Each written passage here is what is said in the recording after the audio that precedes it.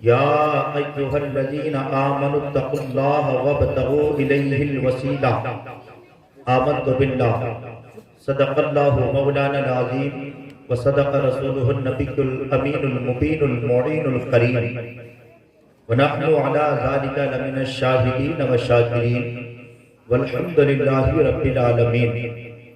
या रसूलल्लाहि उन्ज़ुर हालना या हबीबल्लाहि इस्मा क़ालना इन्ननी फ़ी बहरि हम्मिन मुग़रक़ुन ख़ुज़ यदी साक़िल लना इश्क़ालना ली ख़म्सतुन उतफ़ी बिहा हर्रल वबाइल हातिमा अल मुस्तफ़ा वल मुर्तज़ा वबनाहुमा वल फ़ातिमा इमदादकुन अज़रन जगम आज़ादकुन तरतीनो दुनिया शादकुन या गौसे आज़म दस्तगीर।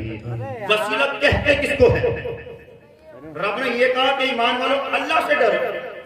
जब लफ्ज़ से डर की बात आ गई, समझ लो, जब डर की बात आ गई, जब रब ने खुद कह दिया कि डरो, तो जब बंदा डर गया, डर की बात आ गई, तो फिर इससे आगे बात बढ़ाने की जरूरत ही नहीं थी।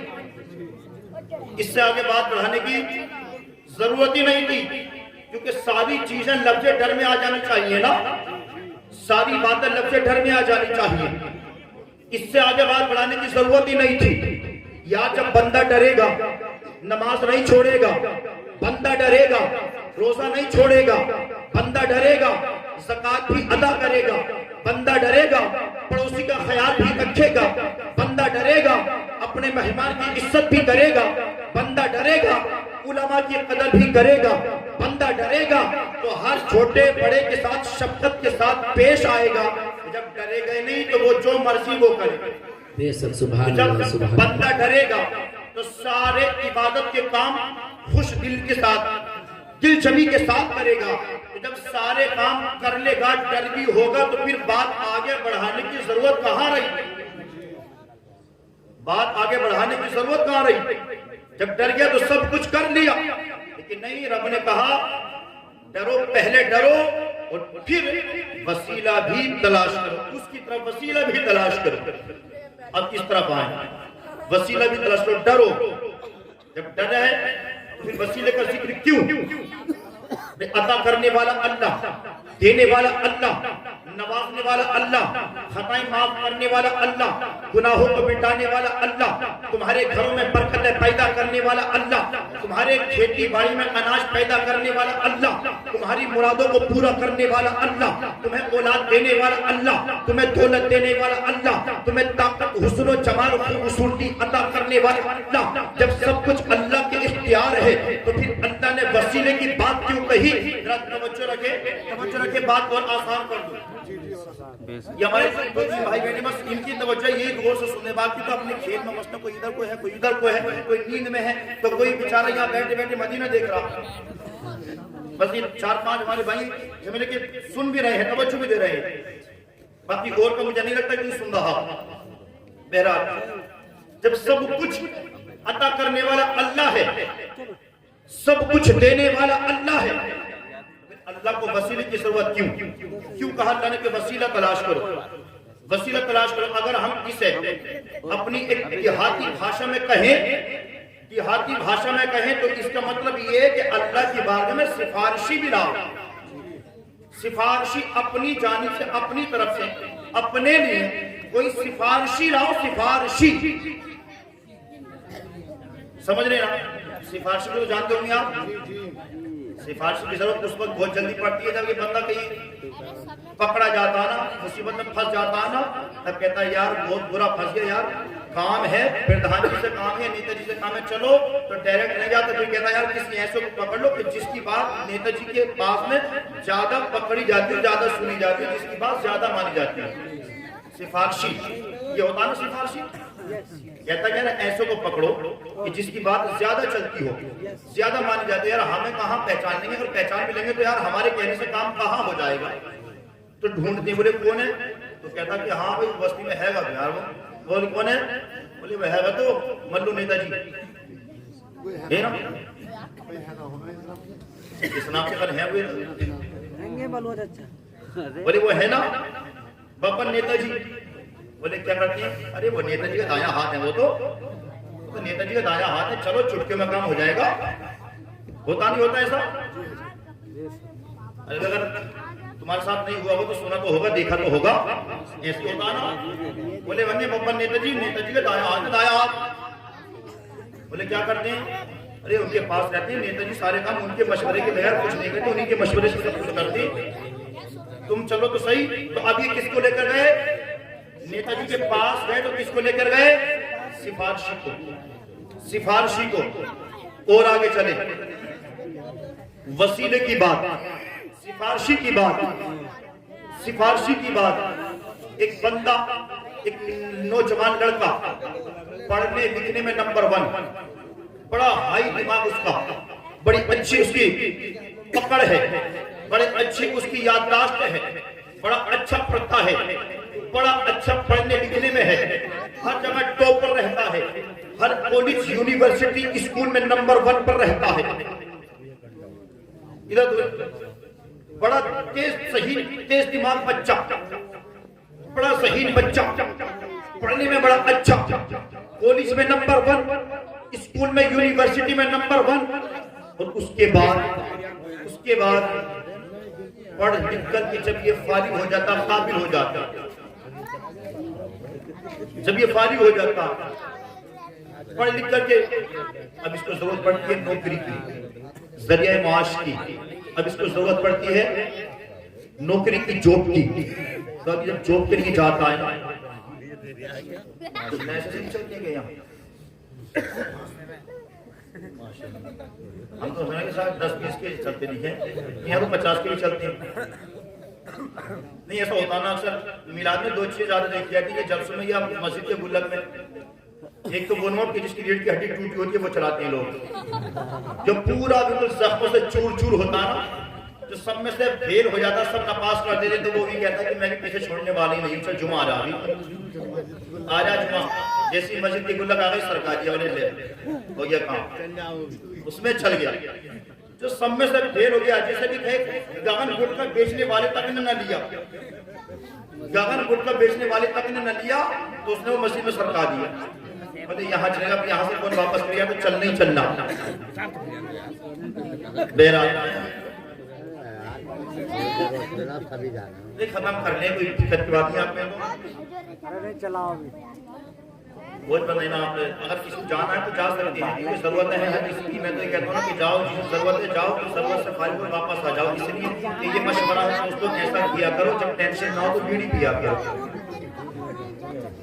उस्मा फरमाए, वसीला सिफारशी, वसीला सिफारशी बंदा पढ़ लिख करके आया घर, जो पढ़ने में बड़ा नंबर 1 था, बड़ा अच्छा था, बड़ा शहीद था, बहुत मेहनत से पढ़ता था, हर कॉलेज में नंबर 1 टॉपर रहता था। जब जरूरत पड़ी ना नौकरी की, जब पहुंचा दफ्तर में, जब पहुंचा नौकरी लेने के लिए ऑफिस में, इसने उसके टेबल पर अपनी तमाम फाइलें, तमाम मार्कशीट, तमाम रिजल्ट रख दिए। रखने के बाद कहा कि मैं बड़ा शहीद हूँ, मेरी देखो सारी मेरी सारी ये मार्कशीट रिजल्ट देख लो, हर कॉलेज यूनिवर्सिटी में नंबर 1 रहा हूँ। तो जवाब मिलता, मुझे इनकी जरूरत नहीं है, ये बता कि सिफारशी है या नहीं है, ये बता। तो उस वक्त 2 चीजों की जरूरत पड़ती है, या तो कोई सिफारशी हो या फिर रिश्वत हो। जाती ना कोई भी नौकरी पे आप देख लें, कोई भी नौकरी पर डायरेक्ट अपनी मेहनत के बलबूते नहीं लगता, थोड़ी बहुत रिश्वत जरूर जाती नहीं, थोड़ी बहुत रिश्वत जरूर जाती है। अब जो रिश्वत ले रहा है, जो किसी सिफारशी को देख रहा है, ये अगर रिश्वत ना हो तो फिर उसके पीछे कोई ऐसा पावरफुल इंसान हो कि जिसको देख करके ये इसको नौकरी दे दे कि हाँ ये किसी MP MLA का, किसी SO SI CI SSP के खानदान का, या उनका चाहने वाला या उनका करीबी है, तो नौकरी मिलती है, या रिश्वत के जरिए नौकरी मिलती है। 2 बातें, 2 बातों की बिना पर नौकरी मिलती है, या रिश्वत या सिफारशी।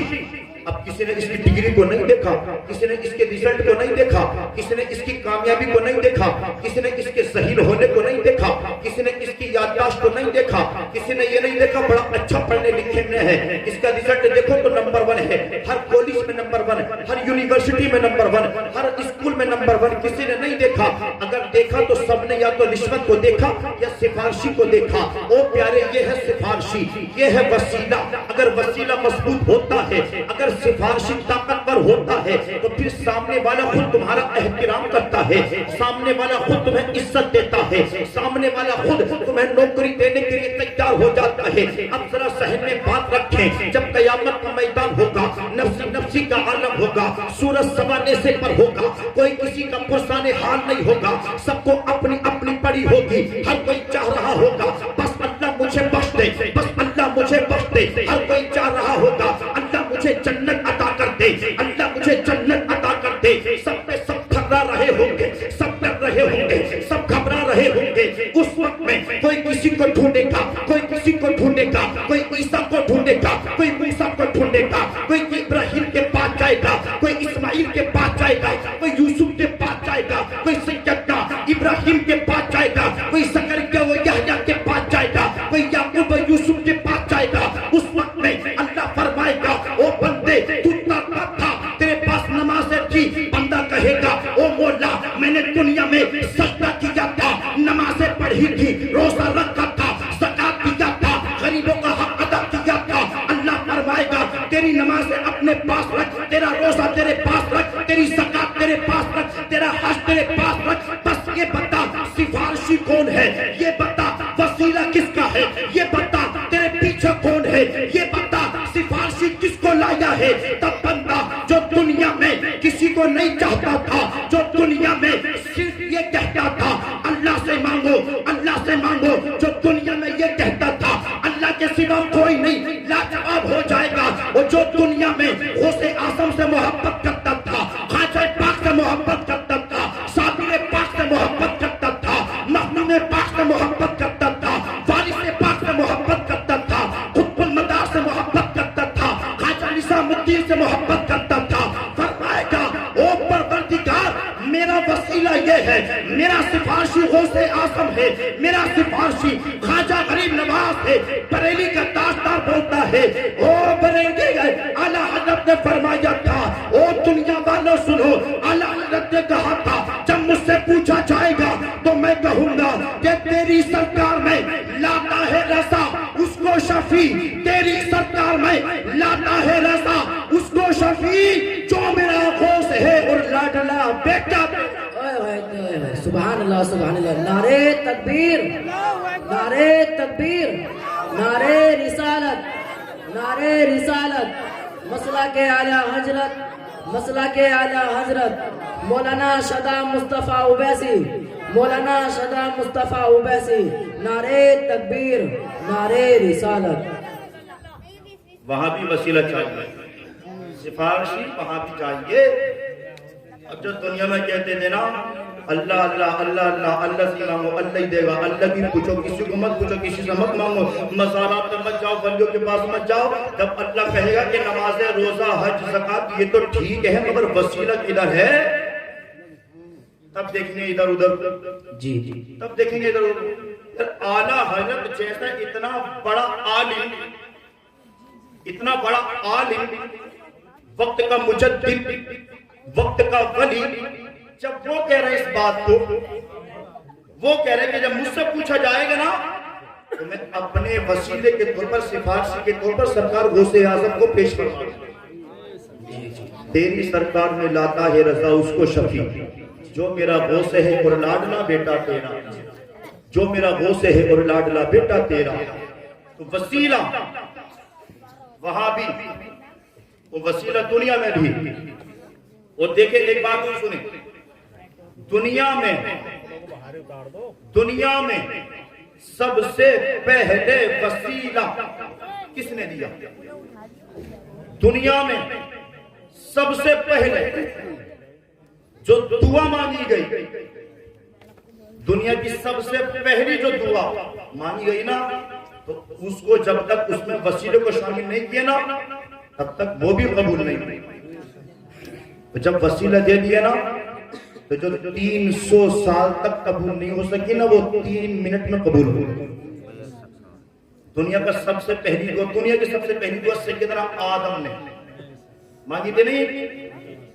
आदम ने, जब रब ने आदम को उनकी खताए की इज्तिहादी की बुनियाद पर जमीन पर भेज लिया था, और इसमें हमें अपना दिमाग नहीं उलझाना चाहिए, ये भी एक हिकमत होती है, ये भी हिकमत हुआ करती है। रब को दुनिया बनाना था, गंदम तो एक बहाना था, गंदम तो एक बहाना था। असल में रब को दुनिया बनाना, दुनिया को चलाना था। अगर आदम दुनिया में नहीं आते तो हमारी तुम्हारी आबादी दुनिया में कैसे फैलती? तो आदम दुनिया में आए, खताए की इज्तिहादी पर मानते रहे 300 साल हो गए, मगर कबूल। और अभी एक वक्त गुजरा था जिसको कोरोना कहा जाता, गुजरा था नहीं, कोरोना काल गुजरा था। तो लोगों ने ना उंगलियां बड़ी उठाई थी कि यार इतने मौलवी है, किसी की दुआ में असर नहीं है, दुआ कर ही नहीं रहे, इतने बली है, इतने मौलवी है, दुआएं नहीं कर रहे, इनकी दुआओं में असर नहीं है, क्या हुआ क्या नहीं हुआ। अरे मैं ये तुमसे पूछना चाहता हूँ, मौलवी की तो औकात भी क्या है जब आदम 300 साल तक मांगते रहे। जो आदम नबी भी है, अबुल बशर भी है, और सैयदुल अंबिया भी है, दुनिया के पहले इंसान भी हैं, तो उनके 300 साल तक मांगते रहे, मगर जब कबूल हुई तो वसीला जहन में आया आदम के, ओ आदम तू मांग रहा 300 साल हो गए, अब तक नहीं हुई, जरा जहन को खोल तो सही। तूने जन्नत में एक नाम भी तो देखा था,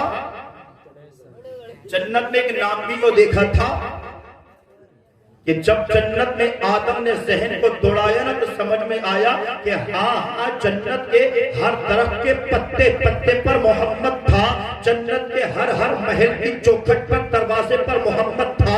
आदम समझ गए कि ये लफ्ज़े मोहम्मद जो रब ने मुझसे भी पहले पैदा किया है, तो ये कोई मामूली नाम नहीं हो सकता। जब किसी लफ्ज़े मोहम्मद का वसीला देकर के मांग ले, हो सकता है कि कामयाब हो जाए। सैयदना आदम ने लफ्ज़े मोहम्मद का वसीला दिया। जब कहा परवरदिगार तुझे वास्ता है उस नाम का जो नाम मैंने जन्नत के महल्लात में देखा था, बस इतना कहना था आदम का। फौरन वसीले मोहम्मद के जरिए रब ने दुआ को कबूल फरमा। दुनिया की पहली दुआ वसीला। और आज ये चलता फिरता, जिसे सही से वजू का तरीका पता नहीं, जिसे सही से नमाज के अरकान याद रखो, कहता नहीं जी वसीले की जरूरत नहीं है, अल्लाह ही देने वाला, अल्लाह से मांग, अरे अल्लाह से मांग। लेकिन अल्लाह जब तक दुनियावी मंत्री के पास बगैर वसीले के नहीं जा रहा, तो यहाँ अल्लाह तक कैसे जाएगा भाई? कोई अहद पे अहमद पाए, ऐसा कब हो सकता है? छोड़ के जीना छत पर जाए, ऐसा कब हो सकता है? ऐसा कब हो सकता? हाँ एक चीज है, वसीले की जरूरत है भी और नहीं भी है। वसीले की जरूरत है भी और नहीं भी है। अब आप कहोगे कि कैसे है, किस तरह से है और किस तरह से नहीं है, तो सुनो।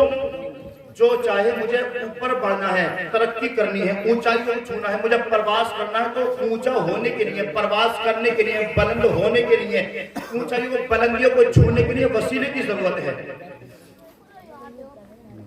कैसे? इंसान ऊपर जाना चाहना, हवाई जहाज, हेलीकॉप्टर, बैठता जाता ऊपर, वसीला बना, क्या बना वसीला? जहाज वसीला बना नहीं बना? हेलीकॉप्टर में बैठा तो वो वसीला बना, उसमें बैठा तो ऊपर गया। वसीला जब तक नहीं लिया तो जमीन पर ही था। वसीला जहाज का ले लिया, वसीला हेलीकॉप्टर का ले लिया, ऊंचा हो गया, बुलंद हो गया, प्रवास करने लगा। और अब एक ने कहा वसीले की जरूरत नहीं है, तो उसको उसी हेलीकॉप्टर से पकड़ो और नीचे फेंक दो, तो वसीले की जरूरत है वसीले की जरूरत भाई। हेलीकॉप्टर से ऊपर से, हवाई जहाज से ऊपर से पकड़ के किसी को नीचे फेंके, तो वसीले की जरूरत है नहीं है ना। डायरेक्ट जमीन पर आएगा तो तरबूज फट जाएगा, डायरेक्ट आएगा नहीं आएगा?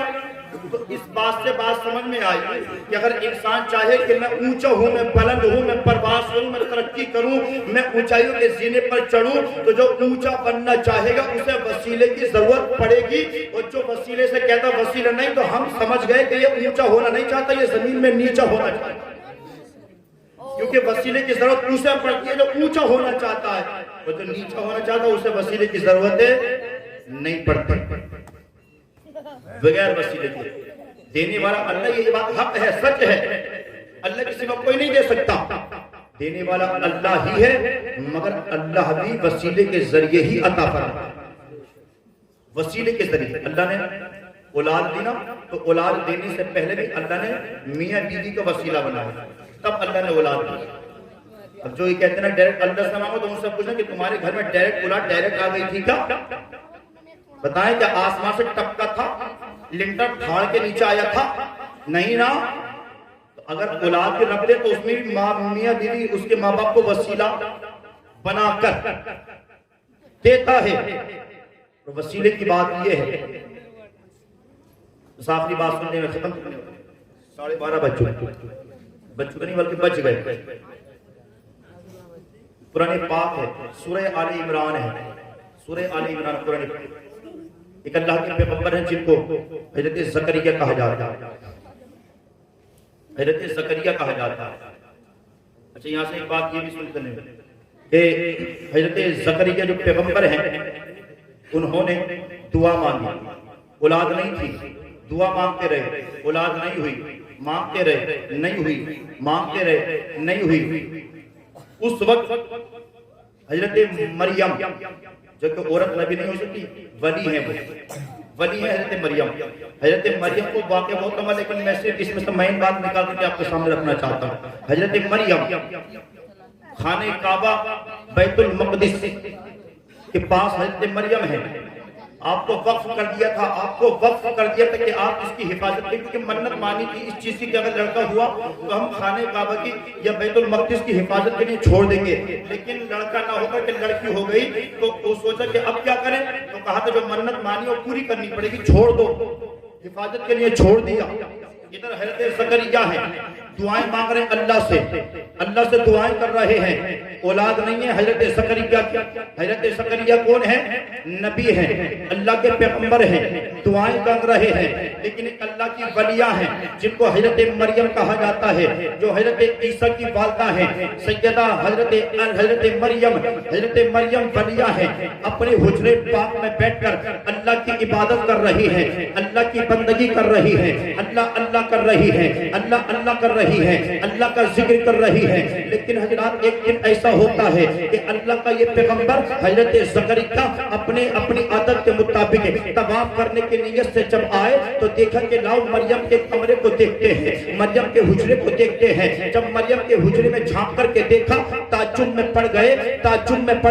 हजरत ज़करिया ने देखा तो आप फरमाते हैं, मैंने देखा तो हजरत मरियम के हुजरे पाक में ऐसी खाने की चीजें रखी थी, जो ऐसे फल थे, जो बिन मौसम के फल हजरत मरियम के हुजरे में रखे थे। मैं सोचने लगा अल्लाह माजरा क्या है, ये फल तो वो है कि जिनका अभी मौसम भी नहीं है, बिन मौसम के फल यहाँ पर हैं, बिन मौसम के फल यहाँ पर रखे हुए हैं। अल्लाह हजरत ज़करिया ने हजरत मरियम के पास जाकर के पूछा था, ओ मरियम ये बता, ये फल तेरे पास आते कहाँ से हैं, ये फल तुझे देता कौन है, ये फल तेरे पास लाता कौन है? हजरत मरियम से ज़करिया ने कहा था, ओ मरियम तू कमरे से बाहर नहीं निकलती है, तू अपने हुजरे से बाहर नहीं जाती है, मार्केट तू नहीं जाती, बाजार तू नहीं जाती, कहीं पर तू नहीं जाती, ये बता ये तेरे पास बिन मौसम के फल कहाँ से आते हैं? हजरत मरियम ने कहा था, हजरत मरियम ने जवाब दिया था, सुनो मैं रब की इबादत करती हूँ, अल्लाह करती हूँ,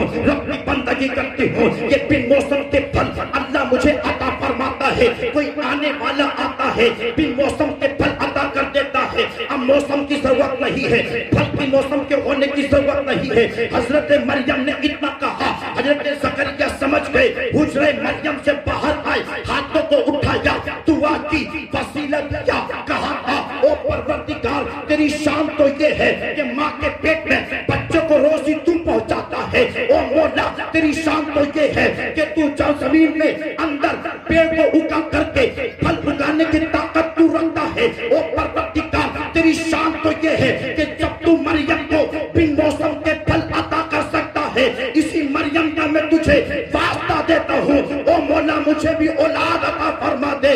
अल्लाह अल्लाह अल्लाह के पैगंबर ने, हजरत ज़करिया ने जब एक वलिया का वास्ता देकर मरियम के वास्ते से जब दुआ मांगी, अल्लाह ने ज़करिया की दुआ को कबूल फरमाकर यहया की सूरत में एक अल्लाह ने उनको खूबसूरत बेटा अता खूबसूरत बेटा अता फरमाया। कौन है? वो भी पैगंबर है, हजरत यहया। यहया अल्लाह ने अता फरमाया। अब यहाँ पर कोई ये ना समझ लेना कि नबी वली से कम हुआ, नहीं, माज़अल्लाह ऐसा नहीं हो सकता। वली कितने बड़े तबके को पहुंचा, लेकिन फिर भी नबी के कदमों के बराबर नहीं हो सकता।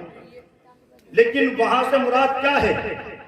इस बात से मुराद ये है, एक बात तो यहाँ पर ये समझ में आए कि वली के वसीले से अगर दुआ की जाए तो अल्लाह कबूल फरमाता, अल्लाह कबूल फरमाता वली के वसीले से। चूंकि उन्होंने दुआ मांगी तो उस दुआ में भी हमें और आपको समझाना मतलब था। मतलब ये था, अल्लाह जानता था कि आने वाले वक्त में पैगंबर नहीं जाएंगे, मुस्तफा पर नबूवत खत्म हो जाएगी, कोई पैगंबर नहीं आएगा। उस वक्त में लोगों के सामने अगर जाएंगे तो मेरे वली जाएंगे तो मेरे वली जाएंगे। और बाज़ जगहें ऐसी होंगी कि जहां पर न मेरे किसी पैगंबर का मजार होगा, न पैगंबर का मुल्क हिंदुस्तान में आप देख लें किसी पैगंबर का मजार। तो अल्लाह दिलों के हाथ से वाकिफ है, जानता है। अल्लाह जानता था कि एक वक्त वो आएगा कि उस वक्त में कोई नबी नहीं होगा। अगर होगा तो वली होगा, तो लोगों को मांगने का सलीका मिल जाए, मांगने का तरीका मिल जाए कि जब इसकी दुआ कहीं कबूल ना होती हो, इसकी दुआ कहीं कारगर नहीं होती हो, तो किसी अल्लाह वाले की चौखट पर चला जाए, किसी अल्लाह वाले के आस्थाने पर चला जाए, अल्लाह वाले की चौखट पर जाकर अपने दामन को फैलाकर अल्लाह की बारगाह में अर्ज करते, ओ मौला, मैं इस लायक नहीं कि मुझे तू अता कर दे, मैं तेरे महबूब बंदे का वास्ता देकर मांगता हूँ, इनके सदक़े अता फरमा दे। तो अल्लाह वसीले से दुआ को कबूल फरमाए, वसीले से दुआ को कबूल फरमाए। तो तरक्की अगर चाहते हैं, कामयाबी चाहते हैं, सरफराजी चाहते हैं, सरबलंदी चाहते हैं, दुनिया के साथ साथ आखिरत में भी कामयाबी चाहते हैं, तो वसीला पकड़ने, सिफारिशी पकड़ने।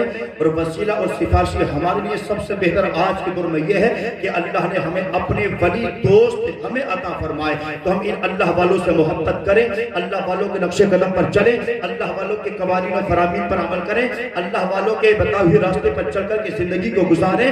कोई भी वली हो, हर वली हमारे सर माथे पर है, हम उसकी इज्जत अदब एहतराम करें। अल्लाह रब्बुल इज्जत हमारा आपका यहाँ पर आना, बैठना, सुनना, सुनाना अपने हबीब की सत्ते अपनी बारगाह में कबूल फरमाए। हमारे दिलों में तमाम तर औलिया किराम की, बुजुर्गान दिन की मोहब्बतें पैदा फरमाए। बुलंद आवाज से कलमा शरीफ पढ़ लें, ला इलाहा इल्लल्लाह मुहम्मदुर रसूलुल्लाह सल्लल्लाहु तआला अलैहि वसल्लम, अस्तगफिरुल्लाह रब्बी मिन कुल्ली ज़ंबि व अतूबु इलैहि व मा अलैना इल्लल बलाग।